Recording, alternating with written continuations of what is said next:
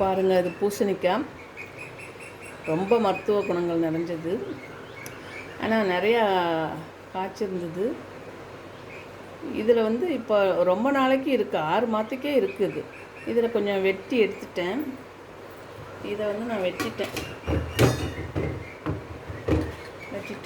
இப்போ இது இன்றைக்கி தான் இதை வந்து காய ஆக்க போகிறோம். இது ஜூஸ் கூட தயார் பண்ணலாம்.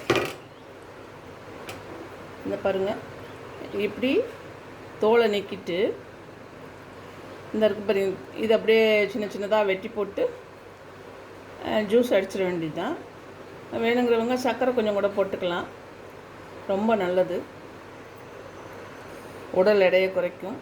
அப்புறம் வந்து இப்போலாம் வந்து கேன்சர் செல்லெல்லாம் கூட அழிக்கும்னு சொல்கிறேன். கேன்சர் செல்லையும் அழிக்கும். வயிற்று புண்ணு, வயிற்றில் என்ன ப்ராப்ளம் இருந்தாலும் அது வந்து சரியாயிடுது. இந்த வெண்பூசணி ஜூஸு வந்து காலையில் வெறும் வயிற்றுல எடுத்துக்கிட்டிங்கன்னா எல்லாத்துக்குமே நல்லது. அந்த பிளட் செல்ஸ் எல்லாம் வந்து நார்மல் விகிதத்தில் வச்சுக்கும். அதாவது கேன்சர் செல்லு அண்டை விடாமல் இது தடுத்துடணும். அப்படி எல்லா டாக்டர்ஸும் இது தான் ப்ரிஸ்கிரைப் பண்ணுறாங்க. உடல் எடையை குறைக்கிறதுக்கும் இதை சொல்லியிருக்காங்க. அப்புறம் வந்து சர்க்கரை இருக்கிறவங்களும் இந்த வெண்பூசணி ஜூஸ் குடித்தா சர்க்கரையோட அளவுகள் குறையும். ரொம்ப நல்லது. இதை வந்து நம்ம வந்து சமைக்கலாம். இப்போ வந்து நான் சமைக்கிறதுக்கு தான் எடுத்துகிட்டு வந்திருக்கேன். அப்படியே வெட்டி சமையல் பண்ணுறதுக்கு தான்.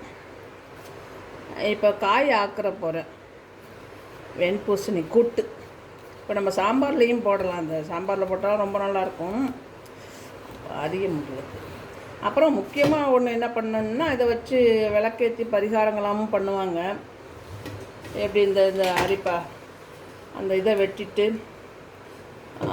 இந்த இடத்த வெட்டிட்டு இதில் வந்து சூடனை ஏற்றி சாமிக்கெல்லாம் அதனால் இதுக்குள்ளே வந்து எண்ணெயை ஊற்றி திரி போட்டு விளக்கேற்றியும் கொண்டு வைக்கிறாங்க. திஷ்டியெல்லாம் கழியும். இதை